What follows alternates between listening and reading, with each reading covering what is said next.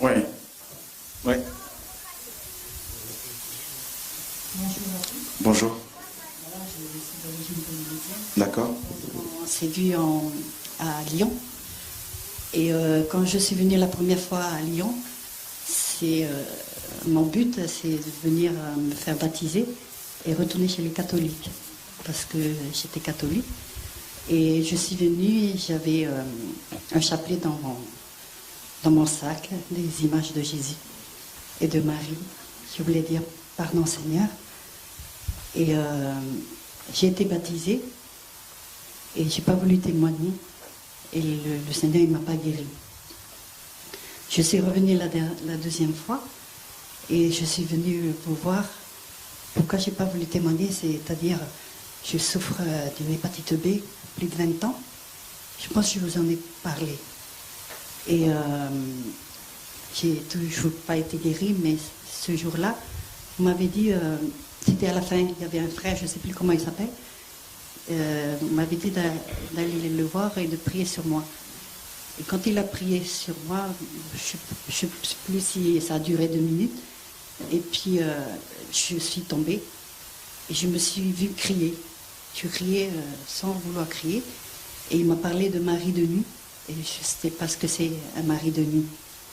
Il m'a dit si je fréquentais les boîtes de nuit. J'ai dit non, je fréquentais les boîtes de nuit à 7 ans. Et je ne fréquente pas les sorciers. Je ne sais pas ce que c'est un sorcier ou une sorcière. Et Jésus, il le sait.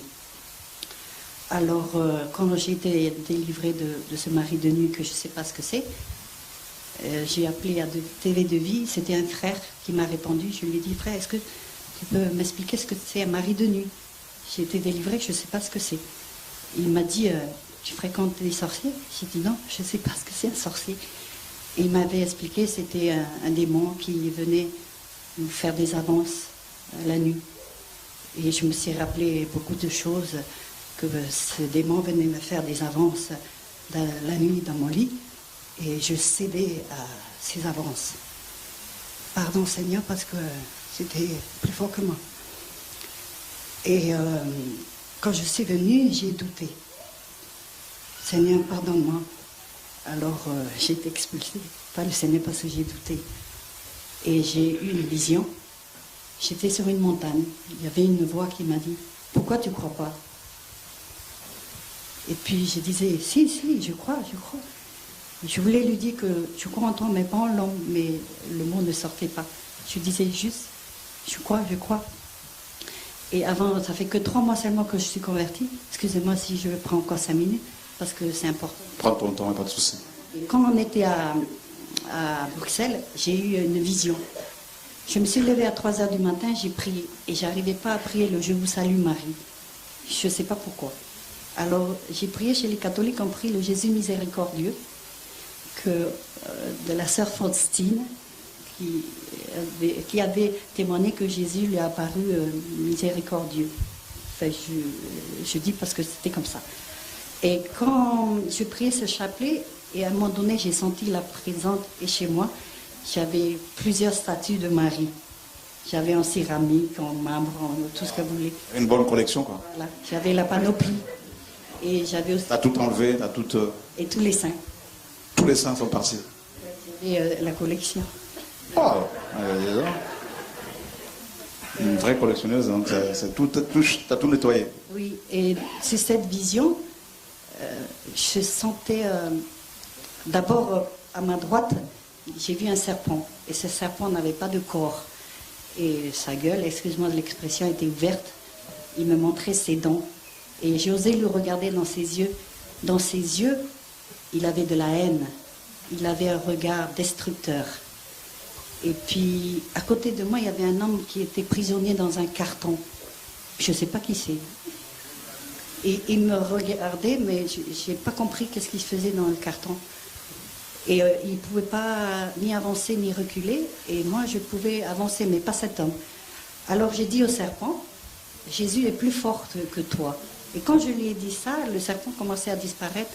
J'ai senti cette présence de ces statues de Marie à côté de moi. Et là, j'ai entendu une voix qui me disait négatif.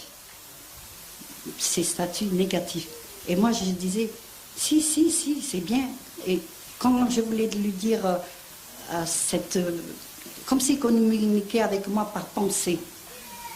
Et quand j'allais lui dire que c'est sa mère, ça me bloquait les membres. J'arrivais pas à dire que Jésus c'est ta mère, il me bloquait. Et j'insistais. Marie. Et quand j'insistais, si, Seigneur, elle est bien. Et là, j'ai entendu une voix qui me disait, je suis. Cette voix, qui disait, je suis. Je suis. Et là, c'est plus par pensée, c'était la voix. Waouh. Voilà, qui m'a dit, je suis. Juste, je suis. Je suis, voilà. Ça, c'est le Seigneur, ça. C'est comme ça qu'il parle.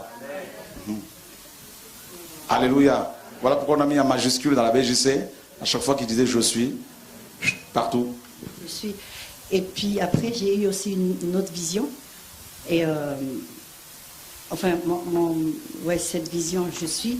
Il y avait une autre vision quand je suis venue le 29 novembre à Lyon. C'était une vision, j'étais réveillée et j'étais dans une fête. Dans une fête, j'étais responsable de quelque chose. Tout le monde était en fête. Il y avait une femme qui s'est approchée de moi et qui m'a tendu un colis. Elle m'a tendu avec un geste autoritaire. Et cette femme, elle était habillée comme les temps des Romains. Et je me suis dit, c'est gentil de ce cadeau, mais ce geste, je trouve un petit peu exagéré. Pardonne-moi, Seigneur. Et j'ai ouvert le cadeau et dans ce colis, il y avait une montre. Alors j'ai pris la montre et je l'ai posée sur ma main. Et j'ai vu que j'avais déjà une autre montre qui était sur ma main. Mais celle qu'elle m'avait donnée, elle était plus grosse. Les chiffres étaient en romain. Elle était plus claire et plus propre. Et puis, à un moment donné, les autres parties de la montre a disparu. Il restait de 9h midi, ou je ne sais pas si c'est 21h minuit. Tout le reste était obscur. Et puis après, j'ai fixé comme s'il restait 3 minutes. Il va être minuit ou midi. Et à ce moment-là, j'ai senti une grande peur, une grande inquiétude, parce qu'il n'est pas tout à fait minuit, il reste à peu près 3 minutes. Je n'ai pas compris ce que le Seigneur m'avait montré. Voilà quelqu'un qui vient à peine de se convertir. Dieu parle à ses enfants. Voilà, il est en train de revenir. Mais c'est beau tout ça, là, ce que... La sœur, hier soir, de cette vision. Tu l'as eu quand, cette vision? Eh bien, le 28 novembre 2015. Waouh. Je suis venue à Lyon, vous rencontrer. Est-ce que tu te rends compte que depuis que tu sers le Seigneur et depuis que tu suis Jésus, Dieu te parle clairement maintenant? Quand j'étais plus jeune, je faisais souvent des visions qui me faisaient peur. Je disais à ma mère, tu sais, je ne veux plus dormir parce que j'ai souvent des visions et les choses se réalisent. En tout cas, vous pensez que Dieu peut la guérir vraiment là? Moi je pense que le Seigneur peut, maintenant qu'elle a abandonné le péché, tout ça là. Hein? Hop là, pardon. Ah, les gens sont trop condamnés par la médecine. Seigneur, merci pour notre sœur. Merci pour ta fidélité envers elle. Au nom de Yeshua. Seigneur, merci. Moi, je prie vraiment que le Seigneur te remplisse davantage de son feu, là, de son Saint-Esprit. Qu'il délie ta langue afin que tu sois vraiment comme une voix prophétique pour avertir son peuple au nom de Yeshua. Alléluia. Gloire à Dieu. Merci Seigneur pour ton onction sur sa vie. Au nom de Yeshua. Amen. Ça va aller.